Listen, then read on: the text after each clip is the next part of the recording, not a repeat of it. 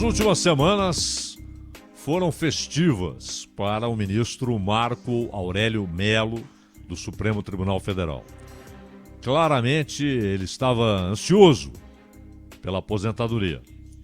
Até porque, convenhamos, né? É uma boa aposentadoria.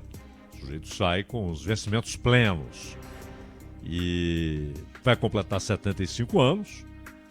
Ele vai até o fim da jornada, ou seja, o máximo que a atual legislação permite. Já foi uma idade menor para jubilar, para aposentar, eram 70 anos.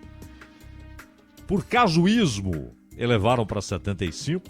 Por casuísmo, tentaram, no ano passado, reduzir para 70, mas prevaleceu 75 anos, que é razoável. Eu acho até que poderiam estender para 80. Né? Nos Estados Unidos, por exemplo, é vitalício, a não ser que um ministro comece a dar sinais de que está perdendo as faculdades necessárias para julgar. Aí os próprios colegas, claro, percebem isso, notam isso, e aí podem abrir o caminho para uma aposentadoria. Nunca aconteceu. Já aconteceu de alguém resolver parar, se aposentar. Porque é óbvio, esse é um direito no Supremo brasileiro aqui. O Joaquim Barbosa, por exemplo, resolveu sair antes, né? Decidiu sair antes. Então, é um direito óbvio em qualquer atividade, né? Mas, o que a lei permite no Brasil é até 75 anos. Nos Estados Unidos é vitalício. Até o fim da vida, ele pode ficar na Suprema Corte, a não ser que queira sair. E aqui, até os 75 anos, a não ser que queira sair antes. O Marco Aurélio, ele disse na entrevista que concedeu ao jornal da Bandeirantes Gente nesta semana, que ontem, né, ele disse que gosta de alguns nomes que estão sendo especulados. O André Mendonça e o Augusto Aras, que é o Procurador-Geral da República. André Mendonça, advogado-geral da União, que por algum tempo foi ministro da Justiça, substituindo o Sérgio Moro. E agora, os sinais no Palácio do Planalto são de que será mesmo André Mendonça o nome indicado por Jair Bolsonaro para substituir Marco Aurélio Mello. O André Mendonça não é uma especulação nova, né? Não foi este ano que começaram a falar do nome dele. Pelo contrário, houve um momento no começo deste ano que ele perdeu terreno. Pelo desgaste no Ministério, houve aquela história de usar a Lei de Segurança Nacional contra algumas pessoas que se manifestaram contra o governo. E isso desgastou o André Mendonça, parecia tornar muito mais difícil o acolhimento do seu nome pelo Senado. Mas, passada aquela tempestade, né, quando ele sofreu muitas críticas, inclusive dentro do Congresso Nacional, o nome dele voltou a ser cogitado. E quando foi elogiado pelo Marco Aurélio Mello, ele ganhou pontos, não há dúvida. Inclusive internamente. Quem está lá no Supremo, os outros ministros, não apitam nada. Eles não podem rejeitar um nome indicado pelo presidente e aprovado pelo Senado. Não podem. Mas, se eles apoiam, como aconteceu com o Nunes Marques, e por isso Nunes Marques teve aquela reunião com Gilmar Mendes e Toffoli, e o bom clima daquela reunião chegou ao Senado. É verdade que hoje já há diferenças, né? Uma vez empossado, já há diferenças entre ele e Gilmar. Já houve algumas trocas de farpas. Mas naquele momento ele foi bem recebido na casa do Gilmar. E o Gilmar chamou o Toffoli para participar daquele encontro. E aquela notícia chegou ao Senado. Então isso também facilitou a vida do Nunes Marques. Com o André Mendonça, ainda há sim essa sombra da utilização excessiva e, em muitos casos, indevida da Lei de Segurança Nacional, quando ele estava no Ministério da Justiça. E foi um abacaxi para ele. Porque ele foi chamado para o lugar do Sérgio Moro e aquilo claramente passou a ser um empecilho dentro do Ministério, um empecilho para que ele continuasse tendo o apoio que tinha lá atrás, bem antes, no Congresso Nacional. O André Mendonça, ele não está confirmado, é óbvio. Há inclusive um compromisso do Bolsonaro com o próprio Marco Aurélio, segundo disse o Marco Aurélio, de que esperaria o ato final para fazer a indicação oficial. Mas houve muita pressão com relação a vários nomes. Alguns queriam Humberto Martins, que é juiz do STJ. Outros queriam o Augusto Aras. Outros queriam alguém da Associação dos Juristas Evangélicos. E muitos nomes foram apontados. E também o André Mendonça, que é evangélico, né? Evangélico denominacional. E o Bolsonaro havia dito, e disse algumas vezes, repetiu várias vezes, que indicaria um evangélico para a Suprema Corte. É claro que isso mostra por onde passa o debate, não é? Mesmo a indicação de um nome para o Supremo Tribunal Federal, o presidente muitas vezes não faz uma escolha que o agrade, alguém em quem ele vê não apenas qualidades, mas uma linha de pensamento próxima da sua. Isso é natural. É o que acontece nos Estados Unidos. Só que lá é interessante notar que, embora haja uma maioria rotulada pela imprensa americana de conservadora e uma minoria rotulada pela imprensa americana de progressista, as coisas não funcionam assim. Porque, claramente, até pela falta de visibilidade midiática no que acontece dentro da Suprema Corte, é uma coisa muito intramuros, há um grupo que considera que a Constituição pode ser interpretada e, de certa maneira, reescrita conforme aquilo que a sociedade determina com suas mudanças, suas modificações. Não vou chamar de evolução, porque muitas vezes são involuções, mas os movimentos que a sociedade faz, os novos valores, as novas referências, as novas concepções, os novos conceitos. Há gente na Suprema Corte que entende que isso deve ser considerado na hora em que eles interpretam um artigo da Constituição. São 7 só artigos da Constituição nos Estados Unidos. Por isso ela é tão longeva. Porque ela não quis abraçar o mundo. São 7 princípios. E aí as emendas. Poucas dezenas de emendas. Uma Constituição simples. Por isso, eficiente e duradoura, longeva. Ela não é temporal. Quando você quer abraçar o mundo no texto constitucional, você acaba tornando grande parte do texto temporal, datado. Porque aquilo que determinou determinado artigo torna-se obsoleto e o artigo torna-se anacrônico. E passa a ser um problema para a sociedade conviver com aqueles artigos que se tornam anacrônicos, são temporais, são datados. Uma Constituição só com princípios, ela é muito melhor, porque os princípios, é o que se espera, não mudarão. Os princípios não mudarão. E aí você tem as emendas para fazer os ajustes necessários que o tempo, a história vão determinando. Então há aqueles que entendem que é preciso interpretá-la conforme os tempos. E há aqueles que dizem não. Aquele texto não é temporal. O que está lá é o que nós devemos considerar na hora do julgamento. Não é o que pensamos, não é o que achamos, não é o que queremos. É o que está lá. Aqueles 7 princípios e as suas poucas dezenas de emendas. É isso que vale. Então, seja indicação de um republicano, seja indicação de um democrata, isso tem pouquíssima influência nas decisões da Suprema Corte. Mas é natural que um republicano escolha alguém que tem afinidade com suas ideias. Todo republicano terá as mesmas ideias, mas com as ideias daquele presidente específico, seja ele republicano ou democrata. O Obama fez escolhas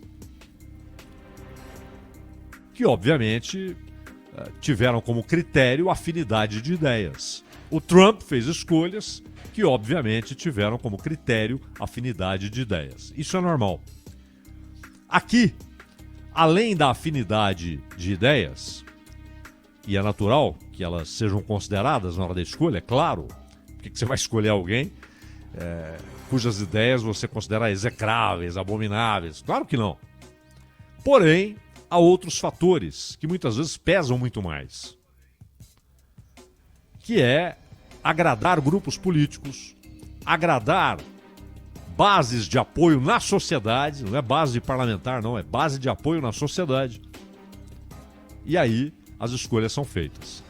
Então, convenhamos, não acho que a escolha do Nunes Marques, por exemplo, tenha tido como principal critério para o Bolsonaro afinidade de ideias. Ali havia movimentos políticos, né? Ali não eram as bases populares ou bases de apoio que pesam muito em eleições e que devem ser agradadas. Não, ali era indicação de dentro do parlamento. Ciro Nogueira, por exemplo, queria muito a indicação do Nunes Marques. O Flávio Bolsonaro também foi uma ponte importante entre a indicação do Ciro Nogueira e o Jair Bolsonaro. Então isso pesa. Então quando o Bolsonaro disse que era hora de indicar alguém, um evangélico, e ele ainda usou a expressão terrivelmente evangélico, o que é uma expressão que teria sido usada pela Damares, e que, aliás, há coisas interessantes, né? Você tem cristão e não cristão, é isso que você tem. Aí você tem as diferenças entre as denominações e aqueles que se reúnem como cristãos, mas sem denominação, e os católicos, mas são cristãos, né? Esses rótulos adicionais, denominacionais, eles provocam confusão. Mas o Bolsonaro sabia que ali estava agradando, ao fazer aquela promessa, estava agradando uma base de apoio que ele tem na sociedade, que é uma parte do conjunto dos cristãos, não é? Você tem milhões de cristãos que o apoiam, milhões de cristãos que não o apoiam, que são contra seu governo, etc. Mas aquela base é importante. Então, ele disse isso não por afinidade ideológica a priori, sem saber ainda qual nome seria anunciado. Até porque conceitos jurídicos entre dois juristas cristãos muitas vezes são diferentes, bem diferentes. Embora tenham a mesma fé, têm interpretações diferentes da lei, da Constituição, do papel de um ministro do Supremo e assim por diante. Então, o Centrão passou a pressionar por alguns nomes, alguns grupos de cristãos passaram a pressionar, também por alguns nomes, e o Bolsonaro ficou antenado. Qual seria o grupo a ser atendido? Na primeira, foi o Congresso, foi um grupo dentro do Congresso Nacional. Senadores, deputados, um senador que já citei, Ciro Nogueira, e ali esse foi o critério que prevaleceu na escolha do Nunes Marques.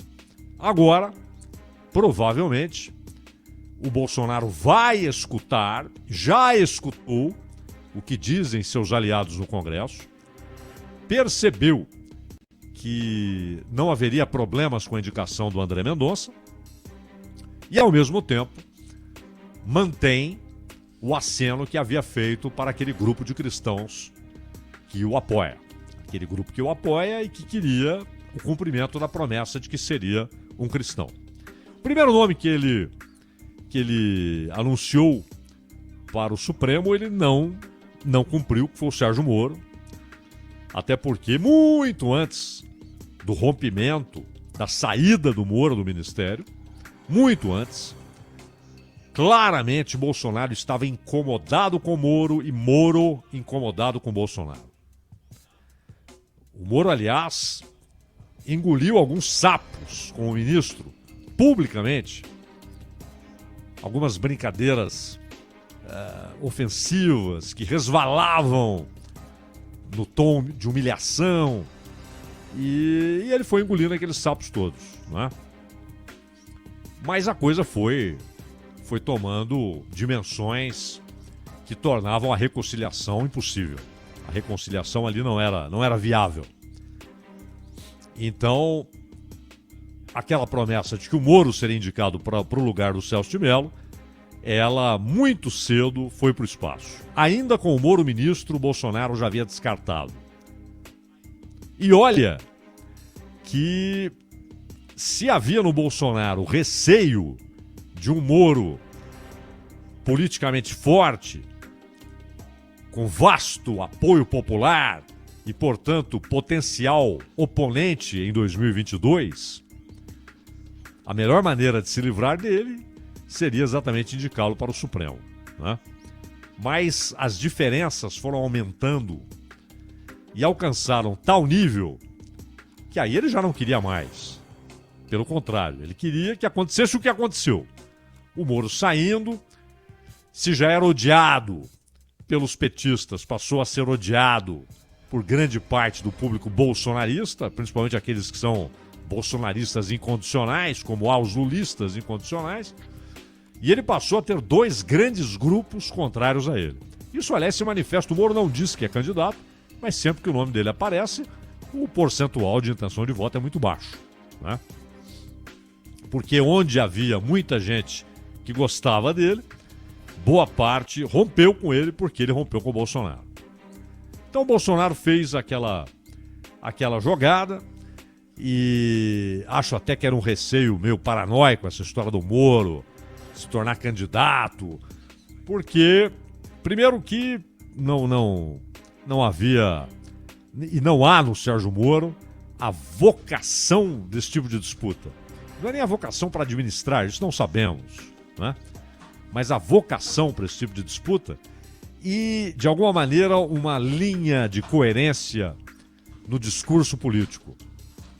Tanto que o Moro tem adotado algumas posições hoje que são contraditórias com uma série de posições que ele adotou no passado. Aí, logo depois, veio o nome do André Mendonça, mas as circunstâncias, as necessidades políticas levaram à escolha do Nunes Marques. E agora, ministros já ouviram do Bolsonaro, amigos já ouviram do Bolsonaro e espalharam que André Mendonça será o escolhido.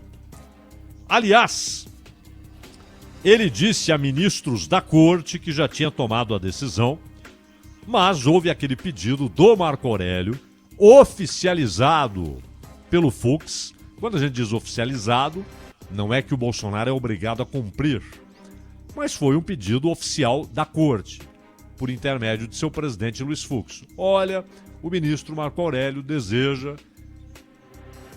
que a sua saída não seja precedida pela escolha do seu sucessor, pelo menos pelo anúncio.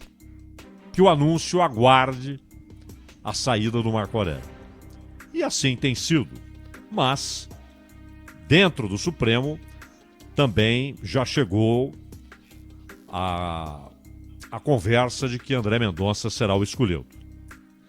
Ele tem bom diálogo com a maioria dos ministros do Supremo. Até porque, como advogado-geral da União, teve contatos permanentes com o pessoal do Supremo. E ele era advogado-geral da União antes de se tornar ministro. Agora voltou a ser advogado-geral da União naquela pequena reforma ministerial. E agora ele tem o desafio, e lamentavelmente isso é tratado como coisa normal, que é o desafio de ganhar os senadores. Isso é lamentável. Lamentável. Isso tem acontecido até com PGR, até com o Procurador-Geral da República. Estão fazendo ali uma procissão para ganhar apoio.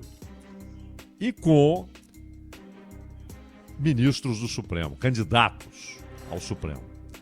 E começa bem antes. O Fux, por exemplo, ele foi até insistente com o Sérgio Cabral, para que o Sérgio Cabral apoiasse o nome dele.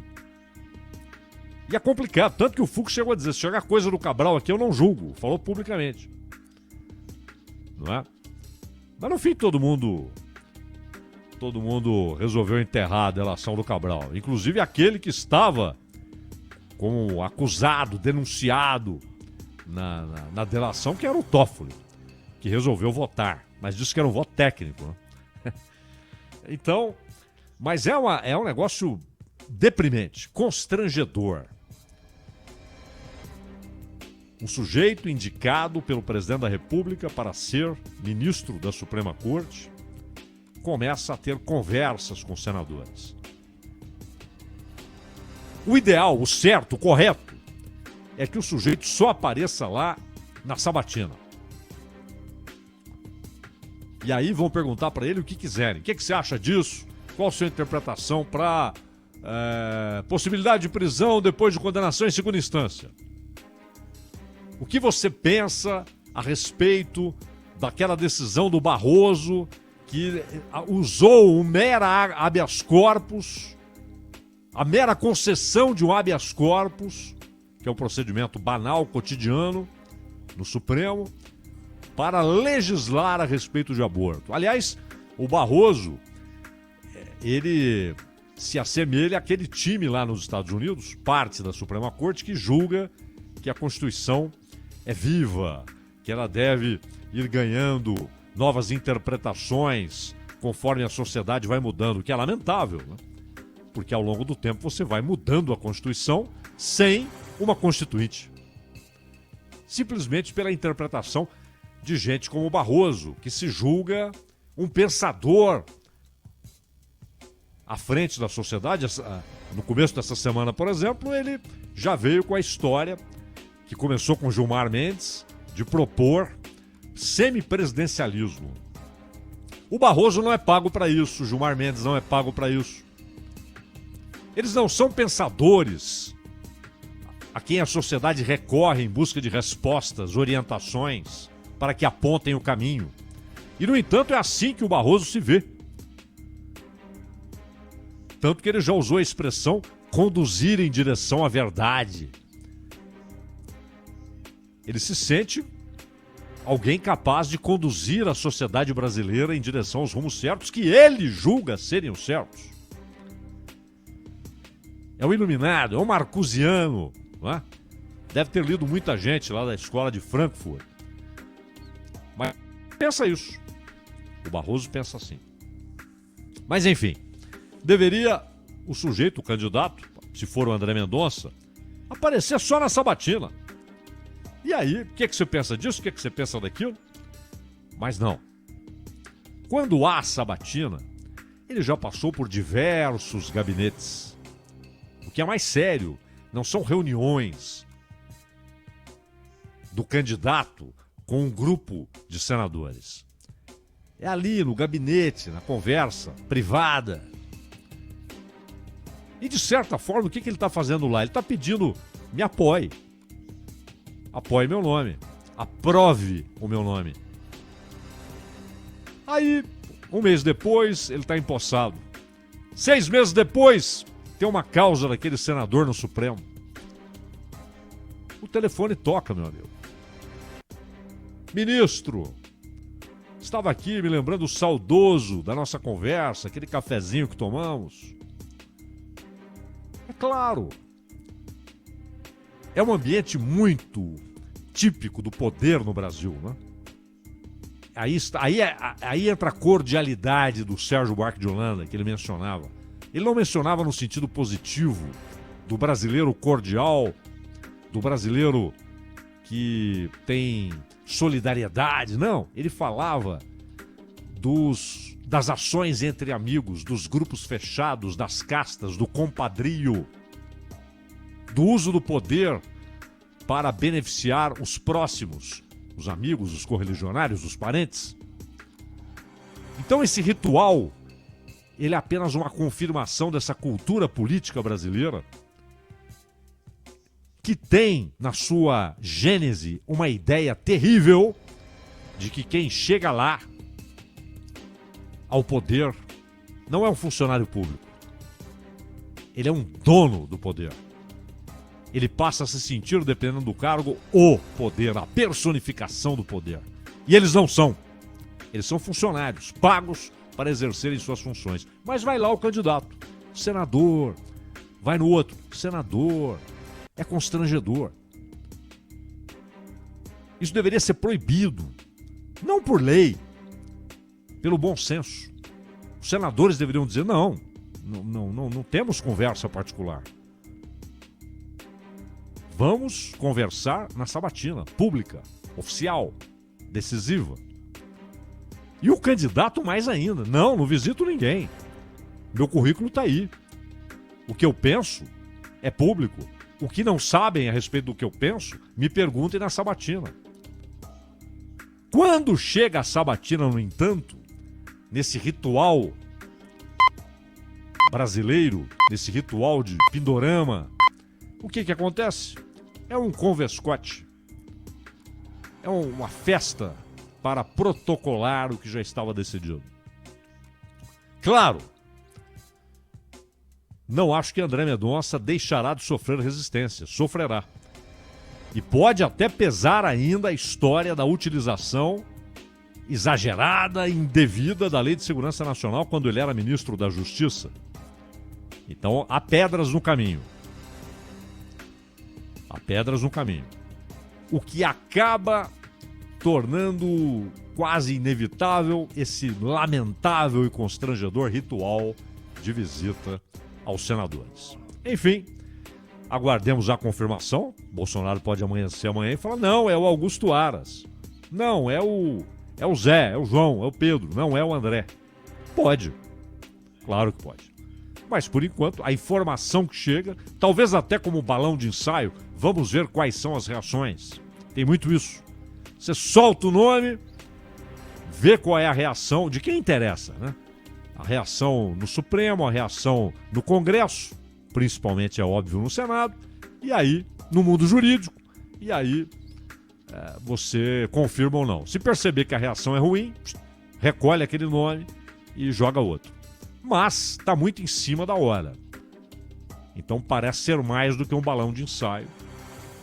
Parece ser uma apresentação, porém ainda com a possibilidade de recolher armas, de tirar o nome de André Mendonça e indicar outro. Seja quem for, lamentável e inevitavelmente teremos esse ritual constrangedor nos gabinetes do Senado. Ronald.